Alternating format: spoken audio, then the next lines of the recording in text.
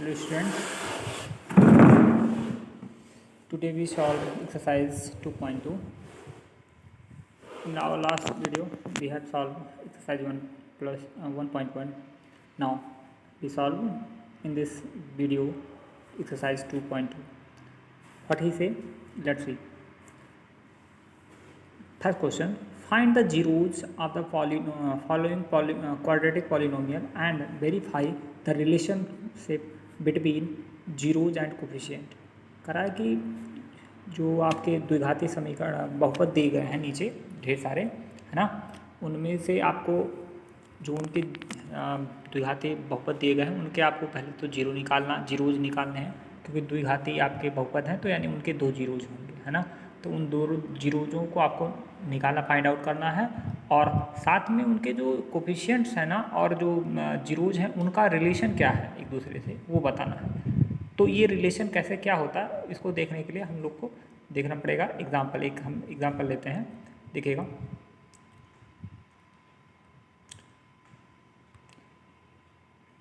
हमने एक एग्जाम्पल लिया है, देखिएगा।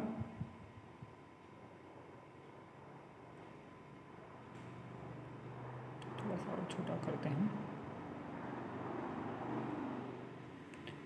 देखिए आपका एक लिखा है, so that the relationship between zeros and coefficient of the polynomial 2x² - 8x + 6, यही है।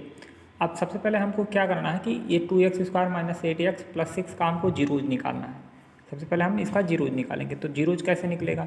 देखिए, जैसे हम क्वाड्रेटिक इक्वेशन में या कह सकते हैं क्वाड्रेटिक पॉलिनोमियल का हम जीरोज निकालते हैं, वैसे ही इसी प्रकार से इसको निकालेंगे। तो कैसे निकालते हैं? तो देखिएगा, how to be solve it, find out.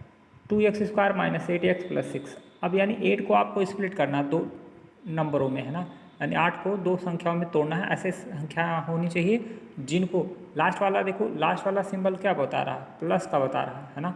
Last वाले जो डिजिट है उसके पहले आपका क्या है? प्लस है। तो आप कहेंगे कि ऐड करने पर आपका 8 होना चाहिए। क्या मिडिल वाला टर्म को स्प्लिट करना है, यानी 8 को दो संख्याओं में आपको तोड़ना है। अब 8 को ऐसे कौन सी दो संख्या लिखा जाए जिनको हम जोड़ दिया जाए तो 8 हो जाए? तो हमारे पास बहुत से ऑप्शन हैं, जैसे 1 7 को अगर हम ऐड करेंगे तो तभी 8, 0 8 को तभी 8, 4 को ऐड करेंगे तभी 8, 6 2 को तभी 8, 5 3 को 8, है ना। तो लॉट ऑफ ऑप्शंस, बहुत से ज़्यादा आपके ऑप्शन होंगे। सो अब कैसे ऐसे कन्फ्यूजन ना हो या कैसे इतना मतलब नहीं समस्या ना पैदा करे, तो इसलिए हम क्या करेंगे, हम कहेंगे उन्हीं अगर दोनों का हम मल्टीप्लाई कराएं, वही दो नंबर हम जो लेना चाहते हैं अगर उनका हम मल्टीप्लाई कराएं तो उतना ही हो जितना कि फर्स्ट टर्म और थर्ड टर्म का मल्टीप्लाई हो, है ना। तो फर्स्ट और सेकेंड टर्म थर्ड टर्म का मल्टीप्लाई कितना होगा? 6 2 जा 12, यानी उन्हीं दोनों नंबरों का अगर हम मल्टीप्लाई कराएं तो 12 होना चाहिए। तो हमारे पास ऑप्शन है कितना? 6 और 2। अगर 6 और 2 को हम ऐड करें तो 8 हो जाएगा, और अगर 6 और 2 का मल्टीप्लाई कराएंगे तो 12 होगा। So we can write 6 + 2 as a 8, यानी 8 के स्थान पर हम 6 + 2 रख सकते हैं। तो यहाँ पर देखिए हमने 8 के प्लेस पे हमने 6 + 2 रख लिया। अब बाकी सब रिमेन वैसे उतार दिया, 2x² माइनस, है ना, 8 के स्थान पर 6 + 2 लिख दिया, और x है तो लगाए रहें और +6 रहने दीजिए। अब क्या किया हमने, और बाकी सब वैसे उतारते जा रहे हैं। देखिएगा माइनस के बाहर, देखिए माइनस है तो इस नाते अंदर खुलेगा कोष्टक, तो वो निगेटिव होता चला जाएगा। तो देखिएगा माइनस कितना? 2x² - 6x - 2x + 6 हो जाएगा। कोष्टक खुला, अंदर सब चेंज हो जाएंगे, माइनस मतलब सिंबल्स चेंज हो जाएंगे, जो पॉजिटिव है वो निगेटिव होगा। ऐसे अब इन दोनों को एक ब्रैकेट में और इन दोनों को एक ब्रैकेट में। अब देखिए पहला पॉजिटिव दूसरा निगेटिव, ऐसे इसमें भी पहला पॉजिटिव दूसरा निगेटिव होना चाहिए, लेकिन यहाँ पर देखिए पहला निगेटिव है और दूसरा पॉजिटिव है, तो इस नाते हम इनको माइनस कॉमन करते हुए अब इनको ऐसा कर लेंगे।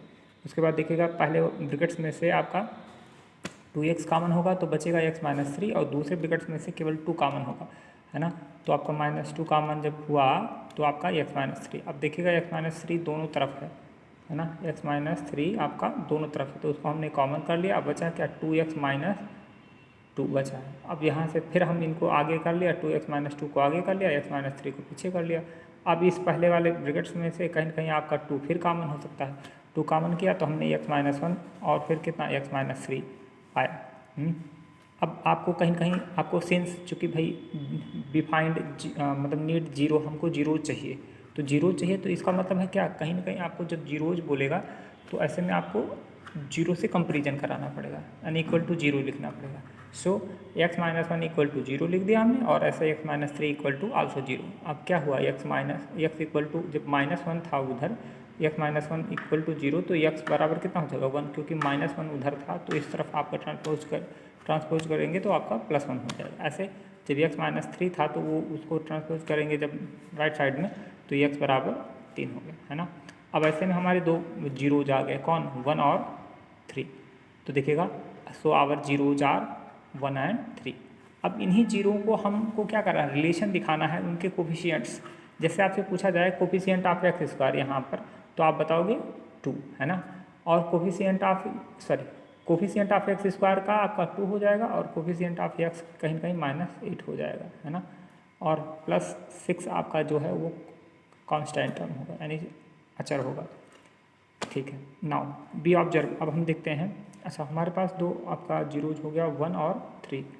अब बी ऑब्जर्व दैट, हमने देखा कि सम्स ऑफ जीरोज, यानी अगर शून्यकों को हम योग करें, यानी जो हमारे जीरोज आए हैं वो उनको हमको सम्स करें, तो क्या, अब 1 और 3 को हम सम्स करते हैं, 1 और 3 को हमने सम्स किया तो हो गया 4। और किसी भी नंबर के बाई 1 हम लिख ही सकते हैं, तो लिख सकते हैं, तो लिख दिया हमने, 4/1 कर लिया। अब प्रोडक्ट ऑफ जीरोज भी कुछ होता है, यानी वो जो जीरोज निकले हैं 1 और 3, इनका हम गुणा कराते हैं, तो कितना होगा, 1 × 3 = 3, और 3 के बाद बाई भी 1 हमने कर लिया, है ना। तो कहीं ना कहीं आपका कुछ ऐसे हो गया। फिर अब कहीं ना कहीं आप देखिएगा, ये होता है जो हमारा सम्स ऑफ जीरोज, वो होता है लास्ट में देखिएगा कि माइनस कोफिशिएंट ऑफ एक्स और by coefficient of x square. जो हाईएस्ट पावर होता है वो नीचे रखते हैं, और उससे जो थोड़ा सा एक पावर कम होता है वो आपका माइनस लगा के ऊपर रखा जाता है, जब आपका सम्स ऑफ जीरोज होता है तब। और जब यही चीज़ आपका प्रोडक्ट ऑफ जीरोज रहेगा तो भी आपका कहीं ना कहीं एक्स स्क्वायर, जो कोफिशिएंट ऑफ एक्स स्क्वायर, वो नीचे रहेगा, है ना। कोफिशिएंट ऑफ एक्स स्क्वायर नीचे रहेंगे, और कोफिशिएंट ऑफ एक्स स्क्वायर नीचे रहने के बाद अगर प्रोडक्ट ऑफ जीरोज है तो कांस्टेंट टर्म ऊपर है ना। तो इस तरह से हम कह सकते हैं कि सम्स ऑफ जीरोज होगा minus coefficient of x upon coefficient of x square, और अगर प्रोडक्ट ऑफ जीरोज होगा तो हम कहेंगे constant term upon product of coefficient of x. अब जब अगर वेरिएबल आपका एक्स रहेगा तो हम कोफिशिएंट ऑफ एक्स बोलेंगे, ऐसा कुछ। अगर मान लीजिए वेरिएबल कहीं कहीं वो जो पॉलिनोमियल रहेगा उसमें अगर टी रहेगा तो हम टी बोलेंगे, या यू रहेगा तो यू बोलेंगे। फिलहाल तो अभी टी है, एक्स है, तो इस नाते हम एक्स लेते हैं। फिर देखिएगा, अब कहीं ना कहीं हमने जब यहाँ से देखा एक्स स्क्वायर का कोफिशिएंट यहाँ से भी 1 आ रहा है, यहाँ से भी एक एक्स स्क्वायर का कोफिशिएंट 1 आ रहा है, लेकिन यहाँ एक्स स्क्वायर का कोफिशिएंट हमको 2 दिखाई पड़ रहा है। देखिए, तो सेम होना चाहिए सब जगह, ये थोड़ी कि मतलब अलग अलग हो। तो हमको सेम करने के लिए कहीं कहीं हमको 1 को 2 बनाना पड़ेगा। तो 2 का बनाने का इसका मतलब 2 से मल्टीप्लाई कराना होगा। तो जब हम इसमें भी 2 का मल्टीप्लाई कराएंगे, इसमें भी जब नीचे कराएंगे तो ऊपर भी कराना पड़ेगा। तो जब 1 में 2 का कराए तो 2 हुआ, और 3 में 2 का कराए तो 6 हुआ। ऐसे 1 में अगर आपने 2 का मल्टीप्लाई करे तो 2 हुआ, अगर 4 में आपने 2 का मल्टीप्लाई किया तो 8 होगा। तो यानी 8/4 हो जाता, 6/2। लेकिन हमारा जो 8/2 होता उसको हम ऐसे नहीं लिखेंगे, हम इस नाते उसको नहीं लिखेंगे, क्योंकि हमको देखो यहाँ पर कोफिशिएंट ऑफ एक्स जो है उसके बाहर आपका माइनस है, और यहाँ पर +8/2 हो जाता है। तो इस नाते हमने उसको अंदर भी माइनस ले लिया, बाहर भी माइनस ले लिया, जिससे कि अगर हम माइनस माइनस का खोलें, मतलब कोष्टक खोलें, तो माइनस माइनस का प्लस हो जाए। इस नाते हम +8/2 को हमने माइनस इन ब्रैकेट्स में -8/2 लिख दिया, है ना। अब आप देखिए कहीं का जो रिलेशन है वो एक जैसे हैं। तो देखिएगा, एक्स स्क्वायर का कोफिशिएंट यहाँ से 2 है, एक्स स्क्वायर का कोफिशिएंट यहाँ से 2 है, और देखिएगा एक्स स्क्वायर का कोफिशिएंट यहाँ से भी 2 है ना। कांस्टेंट टर्म आपका देखिएगा, कांस्टेंट टर्म 6 है, तो यहाँ पर भी देखिए कांस्टेंट टर्म 6 है। ऐसे माइनस है लगाए हैं, देखिएगा माइनस है यहाँ पे भी। और कोफिशिएंट ऑफ एक्स, कोफिशिएंट -8 यहाँ पर दिखाई पड़ रहा है, और कोफिशिएंट ऑफ एक्स -8 यहाँ पर भी। यही आपका रिलेशन है। तो ऐसे ही आपको रिलेशन दिखाना है। चलिए हम लोग एक्सरसाइज पे चलते हैं। तो हमारा ये पहला क्वेश्चन है एक्सरसाइज का, एक्सरसाइज 2.2, है ना। अब पहला क्वेश्चन है, इसमें भी वही सब आपको करना है कि भाई पहले तो आपको जीरोज निकालना है ना। क्या, फाइंड द जीरोज, और वो जीरोज जो आएंगे और उनके कोफिशिएंट, उनका आपका रिलेशन देखना है। तो सबसे पहला क्वेश्चन है आपका x square minus 2x minus 8। तो इसको जब हमने फैक्टराइज किया या इसको जीरोज निकालना चाहा तो हमारा देखना है कि हम 2 को क्या लिख सकते हैं। ऐसे 2 नंबरों में हमको लिखना है जो सब्ट्रैक्ट करने पर 4 हो जाए, और सॉरी सब्ट्रैक्ट करने पर 2 हो जाए। क्यों सब्ट्रैक्ट हमने बोला, क्योंकि देखो तीसरे टर्म के आगे माइनस का सिंबल है, माइनस का सिंबल, इस नाते हमने कहा कि भाई सब्ट्रैक्ट करने पर यानी घटाने पे 2 आना चाहिए, है ना, जोड़ने पे 2 नहीं। तो घटाने पर ऐसे बहुत सी संख्या होंगी जिनको घटा दिया जाए तो 2 हो जाएगा, है ना, लेकिन हमको उसको लेना नहीं। तो हमको क्या लेना है, को घटाने पे, तो हमने 4 और 2 लिया, है ना। क्यों लिया, क्योंकि भैया 4 में से 2 घटाएंगे तो 2 हुआ, और अगर गुणा करा दिया जाए तो 8 होगा। क्यों 8 होगा, क्योंकि देखो पहले और तीसरे टर्म का गुणनफल 8 होगा, तो इसमें भी उन दोनों का 4 और 2 का गुणनफल 8 होगा, इस नाते हमने ऐसा लिया। तो अब एक्स स्क्वायर माइनस, चूँकि बाहर माइनस सिंबल है तो अब अंदर वाले जो सिंबल है वो चेंज होंगे, और पीछे से आपका एक्स का मल्टीप्लाई कराते जाइए, तो हो जाएगा कि x square minus 4x plus 2x minus 8। अब पहले 2 को एक स्टेप में, फिर अगले 2 को एक स्टेप में। अब यहाँ से आपने x कॉमन किया तो x माइनस 4, और यहाँ से आपने 2 कॉमन किया तो x माइनस 4। अब x माइनस 4 आप देखिए दोनों तरफ है, इस नाते क्या हुआ, x माइनस 4 आपका कॉमन हो गया, x माइनस 4 कॉमन हुआ तो x प्लस 2 बचा रहेगा। अब सिंस वी नीड जीरोज, है ना, हमको चूँकि जीरोज निकालना, तो यानी हम इस नाते हम क्या कहेंगे, x माइनस 4 इक्वल टू 0, तो x का मान हो जाएगा 4, और x प्लस 2 का भी हम 0 रख देंगे, तो x प्लस 2 बराबर 0, तो x बराबर आपका माइनस 2 हो गया। So our 2 zeros are 4 and minus 2। हमारे 2 जीरोज हैं वो आपके 4 और माइनस 2 हैं। सो सम्स ऑफ जीरोज, अब अगर हम जीरोजों को जोड़ें, है ना, और जीरोजों को प्रोडक्ट कराएं यानी गुणनफल कराएं, sums of zeros and product of zeros, तो हमको पता है सम्स ऑफ जीरोज होता है माइनस कोफिशिएंट ऑफ एक्स, है ना, और upon x coefficient of x square. ऐसे प्रोडक्ट ऑफ जीरोज जब होगा तो आपका कांस्टेंट टर्म और नीचे आपका कोफिशिएंट ऑफ एक्स स्क्वायर होना। फिर अब जैसे हमको सम्स ऑफ जीरोज करें, यानी जीरोज हमको मिले हैं 4 और माइनस 2, उनको हम जोड़ेंगे, तो देखिए 4 और माइनस 2 को हम जब ऐड किए तो हमारा कितना आया, केवल 2। अरे भाई 4 में से 2 घटा तो 2 हुआ, और 2 को बाई 1 हम कर सकते हैं, खैर छोड़िए अभी इनको, 2 बाई 1 से रहने दीजिए।